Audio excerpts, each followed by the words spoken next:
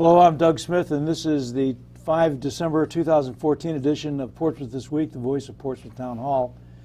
Our guests today are Town Administrator John Klimm. Welcome back, John. Thank and you. Town Planner Gary Crosby. Welcome back to you, Gary. Thank you. My two favorite guys at the Town Hall. And a couple topics today. There's a lot of stuff that has been going on over the past several months. And I think the two that are in people's mind the most are the wind turbine and the plan going forward. And then we'll talk about the Melville campground issue again as well. But I wonder if we could start with that. Do you want to start, John, on the wind turbine? Well, as you know, we've analyzed this issue for over a year and a half and have come up with a plan that has since been adopted by our town council to partner with a private sector entity who would lease land from the town, dismantle the town's turbine, and replace it with a state-of-the-art new turbine, and pay off the significant debt that the town has on its existing turbine. Okay, and in return for that, he would get the proceeds from the electricity generator, presumably. That's correct. Right. Okay, what do you think this finally means for Portsmouth, the fact that we got this thing done? I mean, I think that's a big load off everybody's mind, at least. It really is. Obviously, for a number of years, the wind turbine was a source of great pride by many Portsmouth residents. We were seen as leaders for municipalities, and through several unfortunate circumstances, that turned around. Partnering with the private sector makes a tremendous amount of sense. It allows us to continue to promote green energy, but minimizes the financial risks to the town. Gary, can we go back to the beginning of this thing when the turbine failed? Mm-hmm. And what happened, and why did it take so long to get Well, let me fixed? add to John's answer about what it means to Portsmouth to what it means to me personally. Is I get to go back to being a planner again instead of managing how to fix a wind turbine. So I think it'll free up a lot of my time and resources to do what I'm supposed to do. So I think that's a so it's a win-win, and that's it's a good thing. So what happened? The wind turbine, in a word, broke. The gearbox failed. We got indications of a lot of metal shavings and so forth in the oil samples, the regular oil samples we were doing, and we were advised just to shut it down. It was not going to be able to operate any longer. So the first thing for us to do was to try and figure out, of course, what was wrong, why it failed, if we could figure out why it failed, and what we need to do about going forward, locating a new gearbox, whether this gearbox could be repaired or not. We were basically starting from scratch. As you know, the company that manufactured the turbine went out of business, and so we were really kind of making it up as we went along. So this is Dave Fauscher, the previous finance director, and I were working really hard on trying to figure out what to do next. So we did locate a new gearbox. We got some expert help in trying to help us to determine what went wrong, and we began to explore the possibility of a public-private partnership. You know, we early on really decided that just putting another gearbox in and trying to go forward was just not going to work. We had no real definitive answers on why it failed. Now, we did have insurance of some kind on something on the turbine, didn't we? No, we didn't. And when the company went bankrupt, all of our warranties went with it. So we really had nothing. It was going to be on us, and of course we had the debt that we had to pay off. So this is why one of the reasons why we began to think about a public-private partnership is basically bringing on different new capital and new expertise. So we went through we put out an RFP and we went through 4 or 5 proposals, kind of wrung them out to see where they were going to go, and all but this last one that we were working with disappeared. They just, we couldn't make it work. And so ultimately we arrived at working with a company who was going to do one of 2 things. We had 2 options with this company, and they were going to end up being the operations and maintenance of the turbine going forward. So the idea was to repair the gearbox or to replace the gearbox with a new one. Then they would go forward, and we would still be in the wind turbine business. We'd own and operate it, and just the same as we had previous. So we had secured a replacement gearbox. They had given us a 6-year warranty, which all of a sudden went down to a 3-year warranty, and then all of a sudden went down to a 0-year warranty. We could not get a new replacement gearbox.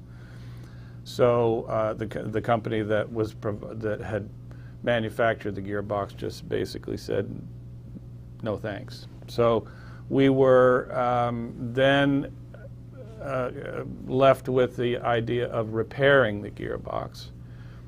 There's a company out in the Midwest who does that sort of thing. So we would take the turbine down, take the gearbox out, and have it repaired. This was going to be about a 6 to 9 month process, in which case, in this scenario, we would have to have the blades sitting on the ground for 6 to 9 months with the security problems of all of that. So that really was not really working out very well either. So ultimately, and at that point in time, this company, Wind Energy Development LLC, stepped back into the picture. They were one of the companies that we had talked to previous, and we had not come to an agreement with them, but they stepped back into the picture with a slightly different proposal, and we were able to work it out. Well, as I recall, you guys brought in some nationally known experts to look at the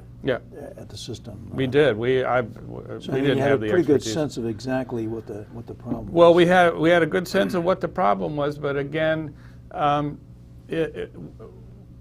we didn't know why, and that was why it failed. And it could have been a manufacturing defect. It could have been a design defect. Or it could have been problems with the site. We just really didn't know, and it was going to be extremely expensive to find out that answer. And so that really shaped our decision-making process. It was just not a matter. The idea of just putting another gearbox in and going back in was just not going to work out well. So we believe that this arrangement that we've got now is perfect. It's going to be really nice. Yeah, I think everybody breathes a sigh of relief that we got this done. Yeah. What do we know about the new owners? Well, it's one of the things that we like most about the new this wind energy development company is that it's a Rhode Island company. One of the problems that we'd had with all of the other people who had responded to our RFQ was that they were from all over the place, and the idea of having boots on the ground, on a moment's notice to be able to do stuff with the wind turbine on a moment by moment basis was a problem. So we're delighted that it's a Rhode Island company. And also they're used to the laws and the regulations. Exactly, exactly. They have they incorporated in 2009. They have a wind turbine that will be almost identical to ours, up and running over in North Kingstown. It has been for a couple of years now. They were involved in the 3 wind turbines that you see up in Providence at Save the Bay. They were a piece of that project as well. So, and they have if you want to know more about them, they have a very nice website, Wind Energy Development LLC.com. Go there and have a look. It's it's got this great picture of the CEO of the company standing on top. It was taken from a helicopter, standing on top of his wind turbine, going like this. It's a great picture. Yeah, great good picture. As I recall, one of the other nice things to me, at least, is that this is not a one-off deal. They're buying 12 of these machines to install somewhere. So it's they have a 10 turbine wind turbine project.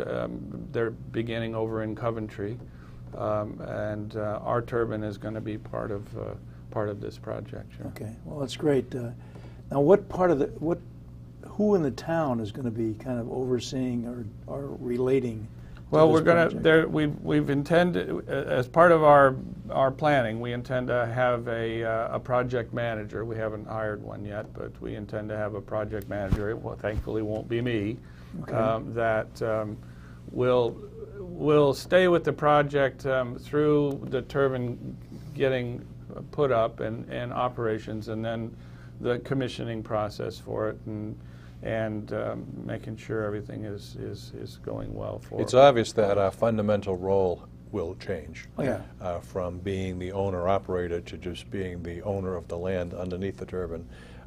And part of the arrangement that is very attractive to the town is that our large debt will be paid off at closing, so right away.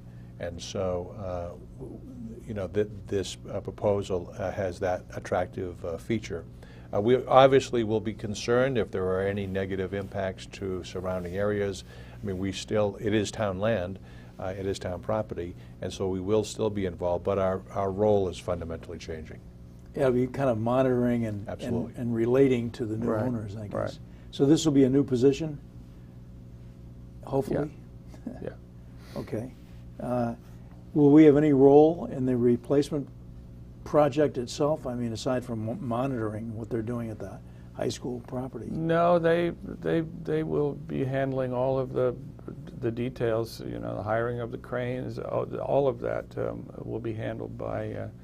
We get to stand there and watch. Okay, well, that's what I did the last time too. So won't be a change. Right. But will the Department of Public Works have any responsibility for the land underneath the turbine? Well, they and the school commit or the school department, folks, keep the weeds down and that sort of thing. But that's it'll be just a minor role. Now, when do we expect this project will start beginning? I guess have they already put the bid in or bought the turbines? They have. Our agreement gives them 24 months to get into operation. They intend to do it, put the turbine in operation quite a bit sooner than that. They hope to start construction midsummer and be operating by this time next year. So hopefully sometime next summer we'll see. Yeah, great. Yeah. One of the things that's interesting to me was this recent effort to have a 25% rate hike by National Grid. And I just wonder, does that change this 5.5%, you know, this issue we had with paying for electricity at a 5.5% It's kilowatt hour? It's 15.5 cents per kilowatt hour, which is more than what we pay now. Right. But the experts that we had talking to us about energy price projections is that we will be paying a little bit more for electricity now, but going forward with every energy price increase that we see, we'll be getting closer to that 15.5%. Well, and if this 25% increase goes in, it'll be darn close to what we've we're paying just been now. contacted by Direct Energy, who we are presently buying from, and Jim Lathrop has an order before the council for Monday night to enter into a one-year agreement, and the combined cost is actually over 15.5 cents, which is what our experts had said that for the foreseeable future, the expectation both regionally and nationally are that electric rates are going up. Yeah. And it will be, and the closer we get to, we're going to have to buy electricity from somebody, anyway. So why not buy it from this clean, renewable source? Absolutely, we can do some good, at least some of the original thinking there. Exactly. Technically speaking, I know, Gary, you know a little bit more about this new wind turbine, the planned wind turbine, than most people. Does it differ a lot from the system we had up there? You know, 1.5. It does in one fundamental way. It's going to be it's a 1.5 megawatt machine, the same as ours, and of similar size. The fundamental difference is that it doesn't have a gearbox. It's a direct drive machine. The nacelle itself will be smaller, and it doesn't have a gearbox. So it's likely to be quieter. But that's the fundamental difference. Yeah, it's a direct drive I always machine. thought our original one was fairly quiet, but the issue of flicker is always going to be there. It's not very frequent, but I'm sure when it is, the homeowners that experience this don't like it. Yeah. And I just wonder, do we have any kind of mitigation plan, or Well, is there there anything is. like that? Yeah, there is a mitigation plan. One of the things that this machine will be able to generate more electricity, so there'll be more of an opportunity to stop the machine if need be, and still generate the same amount of power. And this machine, well, I think one of the things that people don't know about these wind turbines is they can often be spinning and not generating enough electricity, not generating any electricity. So the idea being that we can monitor this more carefully, and if there's not much wind and it's not spinning very much and it's not generating electricity, why not just shut it down? So that's going to be one of the key components to mitigation. But when you're talking about you mean the owner of the turbine? Right. He's done a tremendous amount of work. What was fascinating was that he installed a similar turbine right in his own backyard, and there's a subdivision around his house, and so he has personally monitored the operation, and right out of the box came up with a commitment to proactively put a mitigation plan together.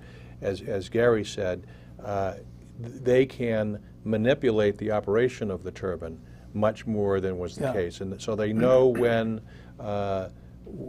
those times of days or weeks or years are that surrounding areas would most likely be impacted by flicker, and manipulate the operation of the turbine, even shutting it off during periods of time to minimize the impact. Yeah, I know Dave Gleason was very concerned about that. Another issue on the turbine before we turn quickly to something else, because there's always plenty to talk about here. We originally had a plan in the case of emergencies or hurricanes or anything like that where the fire department and the police department could shut this thing down. Right. Will that be done now by the new owner? Yes. Presumably? Yes, he'll have complete control of all the operations of the machine. Okay. So we look to next summer, try to see some work up there, and probably a lot of us will go up there and stand there and watch it just like we did the last time. Indeed. And take this old. Now, what happens to the old stuff? Do they get rid of that? Yeah, it'll be taken down and sold for scrap. We have he may use some of the components. He's thinking about perhaps using the blades, but and the foundation, not the tower itself, but the foundation. But whatever scrap value will come to the town. Okay. So. Now this deal has been inked. Everybody signed it, right? Yes. So it's a effective deal right now. When does our loan get paid off? Or it gets paid off at closing. He's out now meeting with banks and financial institutions to obtain financing. Okay. When he receives the financing, there'll be a closing, and at closing we'll receive the payment. Okay. And that'll be a cause for celebration in Portsmouth, Absolutely. I think. Okay, well, thanks very much for that update. Sure. And it's very, you sort of shortened 2.5 years of agony that we all went through in a very nice Being way. in town hall gave me the perspective of literally not only how many hours and days and weeks and months and years that Gary Crosby has worked on this challenge, but the high level of professionalism and commitment he's shown. So I'm not sure that our citizens realize what a benefit Gary has been in this issue, bringing it all the way through to resolution. So But no matter how much we badmouth him, he's a good guy, right? he's basically a good guy. Okay. He tries hard. I know that. Let's shift to another topic. Another kind of good news thing, I think, is the Melville campground and what we're going to do with it. John, you want to talk briefly Sure. about that? For over 20 years, we've operated a campground. Over 20 years ago, the federal government made a parcel of land available to the community with a commitment that it be used for passive recreation use. The community looked at various options, and it was decided that a campground, while not personally benefiting many Portsmouth residents, would produce revenue that could fund a recreation program for the town of Portsmouth. It was off and running, and it started, and for the beginning number of years there was some success or whatever, but over time the model itself has nothing to do with who's operating it or who was operating, but the model itself was flawed. It wasn't based on revenues received, and so the amount of money that the town was receiving kept going down to a point where over the past several years we've actually had years where we've lost money. And so it was decided, I received a directive from our council last year to take a look at this and to come up with some options. We put it out to bid. We received 6 very healthy bids, and on Monday night we'll be recommending that WP Management Group, which is a Rhode Island company, be selected to operate the campground. They're an entity that is familiar with the operation of campgrounds. They run 2 other campgrounds in Rhode Island, and the proposal is to make significant both short-term and long-term improvements to the facility, which is a good thing, but also have committed to a dollar amount every year, starting at $25,000 and then going up over the life of the contract, but with a percentage of gross revenues coming to the town as well. So the projections are that in the very first year we will be going from almost zero to over $30,000 in net revenues to the town that has to be paid right up front, by the way, all the way up to almost $60,000 in year 5. So it's a really strong proposal. It will provide badly needed financial resources to our fledgling new recreation department, and that's a good sign as well. So that's another success story. How about insurance, because it's town land, right? It is town land, and the town does have an umbrella policy, but we are requiring the entity to provide an insurance policy to the town, protecting the town. Okay, now what kind of improvements? One of the real issues to me down there, at least, was that there's no Wi-Fi. Yeah, they came up with both a short-term list and a long-term list of improvements. Immediately they're going to put in a Wi-Fi system. They're going to implement a variety of management practices. There really wasn't an online reservation system. They'll immediately do that. They're going to improve the camp store to provide services to campers, but also to provide revenues to all of us. They're going to install a laundry facility and deal with greater security for those that have those campers there for an extended period of time. They're professionals. They know what they're doing. They know the business of camping, and we're really delighted to have connected up with them. Yeah. Over the long term, they'll be looking for fields, bocce courts, and all kinds of recreational opportunities. Their plan for activities for campers are exciting. They're going to be showing movies weekly, and they have a variety of, they know the business, and they know what campers look for. It's a competitive business, and you have to compete, and over the past decade or so, we just haven't stayed competitive here. The good news is that they believe strongly that we have a good location and a good facility that just needs to be improved. Now, do they have any plans to maybe expand the number of sites? Well, they are going to look at that, but we are limited by the capacity of a sewage. Yeah, sewage system. And yeah. so that will hinder any massive expansion. There's enough room to expand, but they're crawling before they walk, and I think that's probably a prudent. smart thing to do. Yeah. They want to really get in for the first year and see what the operation is and how they can improve it. Yeah, well, I think that's very exciting, and I think it's great that we got a professional outfit that has been successful in other parts of Rhode Island. We had a great working group of citizens as well that worked with us during this whole time, and not only were our citizens really helpful, we had several users participate in the process as well, and so that whole process of public participation really worked out very favorably. Okay. Now, what part of the town management would be overseeing that operation? Well, up until now, there was a significant amount of administrative activity. We were processing bills, we were paying bills, and all of that's going to be done by them now. So there will be some relatively minor contact with the town administrator's office and Jim Lathrop, the finance office. There'll probably be some limited contact with Public Works, but our role in this is significantly reduced. Okay, now, will they interact at all with this new recreation director position? We certainly hope so. I mean, that's a work in progress as well, but we do see, not only because that person, because these are kind of recreational activities, but the resources that are generated, the funds that are generated, will go to the recreation activities in town, so we obviously want to make sure that there's a close relationship there. Now, how is that going? Because I know you put out an RFP or whatever, RFQ or RFP, I guess. We advertised the position, yeah. and we were very excited at the number of responses. We have 4 finalists now, and over the next several weeks we'll be interviewing them and making a recommendation right after the first of the year. But we're really excited about that, the quality and the commitment that's shown by these applicants. Okay, now this proposal is going to the council on Monday, I believe, right? That's correct. For the and if it's approved, then they'll be off and running, starting with getting the website active, taking reservations, so that they can open up this spring.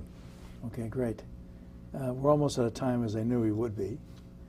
But do you guys have anything you'd like to say to the people of Portsmouth there? Well, I would like to say that I'm absolutely delighted that the wind turbine business has been concluded, and look forward to going back and being a planner. Okay, that's great. And I want to say a Merry Christmas and a Happy Holiday, because this probably will be my last time this year on the program. Portsmouth is a terrific community. I was blessed to have been here for the last 3 years, and I just can't say enough about the citizen participation and our town employees that are absolutely second to none. We're very blessed to live in Portsmouth. Well, I'd like to thank both of you for all of your work, and I hope you guys both have a great holiday as well, and safe. To you, and to you. Our time is up. I'll see you in the next edition of Portsmouth This Week. Doug Smith signing off.